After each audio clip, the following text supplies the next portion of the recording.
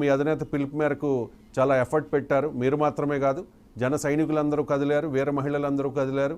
రాష్ట్ర వ్యాప్తంగా ఉన్న మీ నాయకులందరూ కూడా విజయవాడలోనే ఉన్న పరిస్థితి కనిపిస్తోంది. బట్ ఇక్కడ ప్రతిపక్షం కొన్ని ఆరోపణలు చేస్తోంది. దానికి కూటమి తరపున మీరు ఆన్సర్ చేయాల్సిన పరిస్థితి. సాయం అందించడంలో ఇంత చేతగాని తనమా అంటూ ఉన్నారు జగన్మోహన్ రెడ్డి. మరి జగన్మోహన్ రెడ్డి గారికి మీ కూటమి ప్రభుత్వం చేసిన దానిలో చేతకాంతనం కనిపిస్తోంది. మీ ఆన్సర్ ఏంటి దీనికి? సౌజన్య గారు.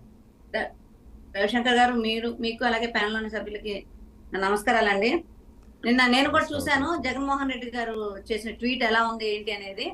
చాలా క్లుప్తంగా పరిశీలించినట్టయితే అసలు ఇంత అసమర్థత లేక చేతకాంతనమా అంటానికి ముందు అసలు నిజంగా ఇప్పుడు కనుక కూటమి ప్రభుత్వం లేకుండా ఉన్నట్టయితే ఏదైతే ఆ సింగనగర్ ప్రాంతాల్లో 1,25,000 మంది జనాభా ఉన్నారో దాంట్లో కనీసంగా 70-80 వేల మంది చనిపోయే పరిస్థితి ఉండేది.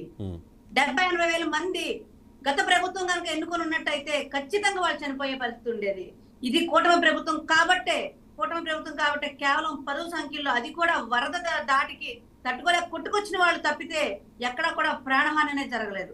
ఇక్కడ సహాయక చర్యలు మీరు గమనించినా కూడా 45 మంది చనిపోయారండి. 45 మంది చనిపోయారు అఫీషియల్ రికార్డ్స్ ప్రకారం. అందుకే 10 సంఖ్యలోనే ఉంది అని చెప్పాలి. అది కూడా కొట్టుకొచ్చిన వాళ్ళే, వాగులో ఆ వరద ఉధృతికి కొట్టుకొచ్చిన వాళ్ళు తప్పితే నార్మల్ గా ఎక్కడ ఎవరికి ఇబ్బంది కలగలేదండి. ఇక్కడ ఇంకొకటి మనం గమనిస్తే వరద వచ్చిన మొదటి రోజు నుంచి కూడా సీఎం చంద్రబాబు నాయుడు గారు అవ్వచ్చు, లేదా పవన్ కళ్యాణ్ గారు అవ్వచ్చు, లేదా జన సైనికులు అవ్వచ్చు, కూటమి నాయకులందరూ ప్రతి ఒక్కళ్ళు కూడా ఆన్ ది గ్రౌండ్ ఉన్నారు. ఈ నిమిషం వరకు కూడా గ్రౌండ్ లోనే ఉన్నారు. ఇవన్నీ కూడా అతను కనిపించవు. ఎందుకంటే జగన్మోహన్ రెడ్డి అనే వ్యక్తి ఇప్పుడు అసలు ఇది చాలా విపత్తమైన పరిస్థితి అండి. ఇది విమర్శలు చేసుకునే పరిస్థితి లేకపోతే కూడా కాదు. ఒకరికొకరు చేయూత, రాజకీయాలు లేకపోతే ఈ కక్షలు కార్పణ్యాలు ఎన్ని పక్కన పెట్టి ఒకరికొకరు చేయూత అందించుకునే పరిస్థితి ఇది. కానీ దీన్ని కూడా పక్కన పెట్టి అతను ఈ సందర్భాల్ని కూడా రాజకీయం చేయాలని చూస్తున్నాడు. ఎక్కడా కూడా తాను ఏం చేశాడని చెప్పట్లా, కనీసం తన నాయకులు ఏం చేయమని చెప్పట్లా. మనం గమనించినట్టయితే ఆ రోజు చాలా మంది కూడా వాళ్ళకి అవకాశం ఉన్నంత వరకు పనిచేయండి అని చెప్పారు. కానీ ఎక్కడ జగన్మోహన్ రెడ్డి అనే వ్యక్తి మాజీ ఎమ్మెల్యేలు గాని, మంత్రులు గాని, మా వైఎస్ఆర్సీపీ కార్యకర్తలు గాని ఎవరైనా గ్రౌండ్ లోకి వచ్చి పని చేయండి, సహాయ సేవకుల కార్యక్రమాల్లో మీరు కూడా పార్టిసిపేట్ చేయండి అని చెప్పిన దాఖలాలు మనం చూసామండి. ఎక్కడా లేదు. ఎందుకంటే జగన్మోహన్ రెడ్డి అనే వ్యక్తి పబ్జీలు ఆడుకోవాలి. అలాగే మాజీ ఎమ్మెల్యేలు, మంత్రులు ఏం చేయాలంటే వాళ్ళు సుకన్య, సంజన వాళ్ళతో ఎంజాయ్ చేయాలి. ఇంకొకరు కొంతమంది న్యూడ్ వీడియోలు తీసుకోవాలి. అసలు వాతావరణాలు కూడా బాగున్నాయి కాబట్టి వాళ్ళు అచ్చంగా ఆ పనుల్లోనే ఉంటారు కాబట్టి వాళ్ళు ఎవరు గ్రౌండ్ లోకి వచ్చే పరిస్థితి లేదు. కాబట్టి ఇక్కడ ఇంకేం చేయాలి మనం? మీ కూటమి ఎమ్మెల్యేనే దొరికేశాడు ఈ మధ్య. మీ కూటమి ఎమ్మెల్యేనే దొరికేశాడు. అలా మాట్లాడుకోవాలంటే రైట్ లేండి, టాపిక్ డైవర్ట్ అవుతుంది. చేసినప్పటికీ కూడా వాళ్ళ మీద వెంటనే చర్యలు తీసుకుని దమ్మున్న ప్రభుత్వం అండి మాది.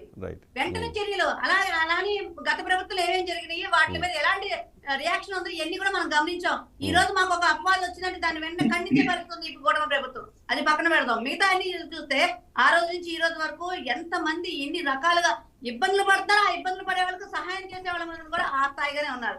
కానీ అవన్నీ పక్కన పెట్టి ఇంకా ఫుడ్ అనలేదు. ఫుడ్ మీరు గమనించండి రవిశంకర్ గారు, ఎక్కువైపోతుంది. అంటే ఎవరి కాళ్ళు ఎక్కడెక్కడి నుంచి కూడా అక్కడికి వచ్చి డిస్ట్రిబ్యూట్ చేసే పరిస్థితి. ప్రభుత్వం రోజుకి 1,50,000, 2 లక్షలు ప్యాకెట్లు చేపిస్తుంది. అలానే బయటకు వచ్చి మా జన సైనికులు మాలాంటి అందరం కూడా ఇంటింటికి తీసుకెళ్లి పంచే పరిస్థితి ఉంది. ఇవన్నీ కూడా ఈ స్పందన అసలు ముందు విపత్తు కన్నా కూడా స్పందన చాలా బాగా వచ్చింది రవిశంకర్ గారు. దాన్ని బట్టే ఇంత ఇదిగా చేయగలుగుతున్నాం. 1-2 రోజులు ఇబ్బంది పడిన వాటి వాస్తవం. ఎందుకంటే ఆ 2 రోజులు అసలు లోపలికి వెళ్ళలేని పరిస్థితి. ఇక్కడ ఒకటి ముఖ్యంగా ఏంటంటే మున్నేరు పొంగటంతో పాటు ఈ పైనుంచి వచ్చిన వరదలు, మున్నేరు, అలానే బుడమేరు కట్ట, ఈ 3 ఒకేసారి రావటం వల్ల ఎవరు ఎంత అలర్ట్ చేసినప్పటికీ కూడా మీకు ప్రజల విషయం కూడా కొంతవరకు చెప్తాను రవిశంకర్ గారు. ఏంటంటే రావి సౌజన్య గారు ఒక్క నిమిషం. బొలిశెట్టి శ్రీనివాస్ గారు మీ పార్టీ ఎమ్మెల్యే మనకి ఫోన్ లైన్ లో కనెక్ట్ అయ్యారు.